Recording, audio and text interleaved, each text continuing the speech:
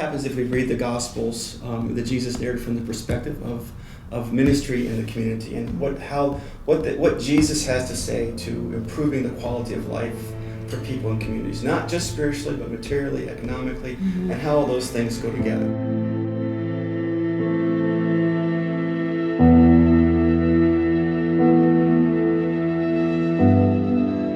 He's teaching and doing things to mend life, to restore people to community, to bring people sort of back into the community from the margins.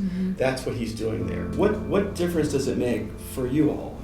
What are the implications for us recognizing and seeing Jesus as sort of an indigenous leader, somebody who is formed in community, is a part of community, and emerges from that community to lead a movement of communities? I mean, what difference does that make for how we engage in our communities? It means that he understood the people to whom he was loving and caring for.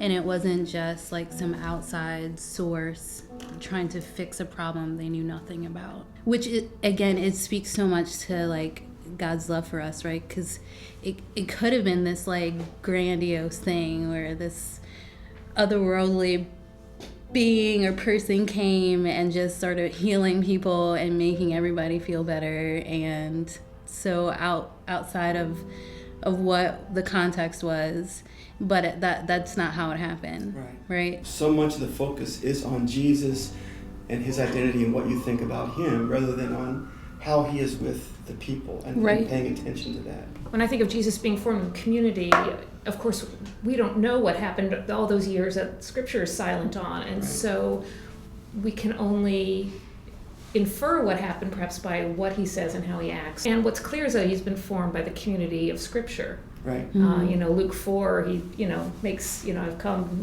lame, the blind, the imprisoned. He talks about those for whom God has special regard. Yeah. So he's been schooled. He's picked up the teaching of the prophets and internalized that, so that when he stands up to preach, he reaches for the scroll of Isaiah. Yeah. That says, and so that says something about as we train and form leaders, forming in the community of Scripture, as lived out embodied in the community that surrounds you. That crucible that shaped Jesus is what we continue to do our best to replicate. One of the things that it raises for me is just a question of leadership, and like, who do we see as a leader, or who do we look for leadership? What does it mean to like look at people in the community, like where your congregation is, let's say, to say that that's who knows or who's the most connected to reality, and who are like best leadership that we could find is going to be in the community of people that are already here. Right. When we think about whose leadership is valued, it's who has the most formal education,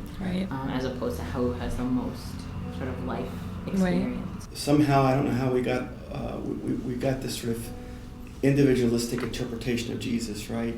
But seeing him as a part of the community, that's what I mean by him, is really he's an indigenous leader. He's rising up from that community. Like when you talk about Jesus as an organizer or sort of galvanizing people around a shared vision, each person then has a self-interest in that vision, right? That they see something in that vision that's for them. They're following him because they believe somehow this being with him and this community will improve the quality of their lives. And we can ask that question about our congregations and about what we're doing. How does this, improve the quality of life, not just for you, but for our shared interests? Right.